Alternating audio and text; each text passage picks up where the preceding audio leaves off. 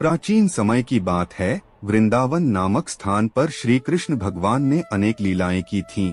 उन्हीं लीलाओं में से एक ऐसी प्रेरणादायक कहानी है जो किसी भी दुख या तकलीफ में हमें साहस और मार्गदर्शन प्रदान कर सकती है। वृंदावन में एक समय गोपियों और गोपों के बीच उत्सव का माहौल था। सभी लोग श्री कृष्ण के मधुर बांसुरी की धुन पर नृत्य कर रहे थे और आनंद मना रहे थे। लेकिन एक दिन वहाँ के एक किसान का बेटा नाम राजू बहुत उदास था। राजू के पिता बीमार थे और उनके खेतों में फसल भी खराब हो गई थी। घर में भोजन की कमी थी और वे कर्ज में डूबे हुए थे।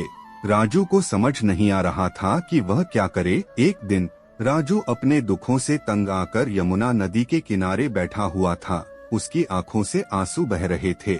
तभी वहाँ श्री कृष्ण आए। उन्होंने राजू की ओर देखा और उसकी पीड़ा को समझा। उन्होंने मुस्कुराते हुए कहा, राजू तुम इतना दुखी क्यों हो? राजू ने अपने सारे दुख और परेशानियां कृष्ण को बताईं। कृष्ण ने ध्यान से सुना और फिर बोले, राजू जीवन में कष्ट और समस्याएं आना स्वाभाविक है, लेकिन हमें उनसे हार मानकर बैठना नहीं चाहिए।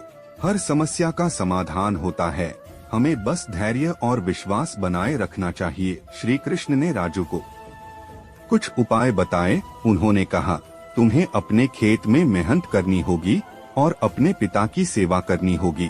इसके साथ ही अपने गांव वालों से मदद मांगने में संकोच मत करो और सबसे महत्वपूर्ण भगवान पर विश्वास रखो। राजू ने श्री कृष्ण की बातों को गंभीरता से लिया।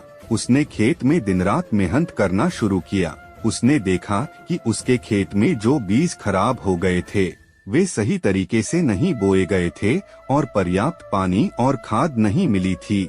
उसने कृष्ण के निर्देशानुसार सही तरीके से बीज बोए, समय पर पानी दिया और खेतों की देखभाल की। गांव वालों ने भी उसकी मेहनत देखकर उसकी मदद की। धीरे धीरे फसल अच्छी होने लगी। राजू के पिता की तबीयत भी धीरे धीरे सुधरने लगी।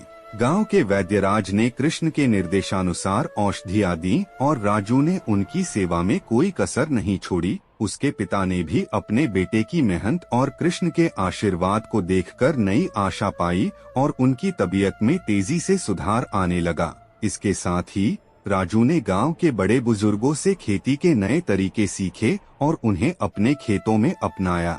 उसकी फसल पहले से कहीं ज्यादा अच्छी हुई और उसने अपने कर्जों को चुकाना शुरू कर दिया।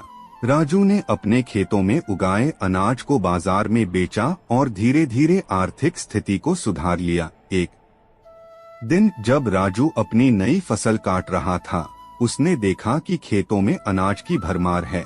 उसकी मेहनत और श्री कृष्ण के आशीर्वाद से उसकी जिंदगी बदल गई थी। राजू ने श्री कृष्ण को धन्यवाद देते हुए कहा, हे प्रभु, आपकी कृपा से ही मैं आज इस स्थिति में हूँ। आपने मुझे सही मार्ग दिखाया और मेरे हर कदम पर मेरा साथ दिया। श्री कृष्ण ने मुस्कुराते हुए कहा, राजू तुमने अपनी मेहनत, धैर्य और विश्वास से ये सब हासिल किया है। याद रखो, भगवान हमेशा उनके साथ होते हैं जो सच्चे दिल से मेहनत करते हैं और ईमानदारी से अपना कर्तव्य निभाते हैं। इस कहानी से हमें यह सीखने को मिलता है कि किसी भी दुख या तकलीफ में हमें धैर्य नहीं खोना चाहिए और भगवान पर अटूट विश्वास रखना चाहिए। कठिन परिश्रम, सही मार्गदर्शन और विश्वास से हम किसी भी मुश्किल से निकल सकते हैं। श्री कृष्ण के आशीर्वाद से राजू ने अपने सभी दुखों को पार किया और खुशहाल जीवन बिताया। श्री कृष्ण की यह कहानी हमें प्रेरणा देती है कि हम अपने जीवन की कठिनाइयों से घबराएं नहीं, बल्कि उन्हें साहस और धैर्य के साथ सामना करें। चाहे परिस्थिति कितनी भी कठिन क्यों न हो, अगर हम सही दिशा में मेहनत करें और भगवान पर विश्वास रखें तो सफलता अवश्य मिलती है। दोस्तों, मैं उम्मीद करता हूं कि आपको इस कहानी से कुछ सीखने को मिला होगा। तो इस वीडियो को लाइक करके चैनल पर नए हो तो सब्सक्राइब कर लीजिएगा। धन्यवाद।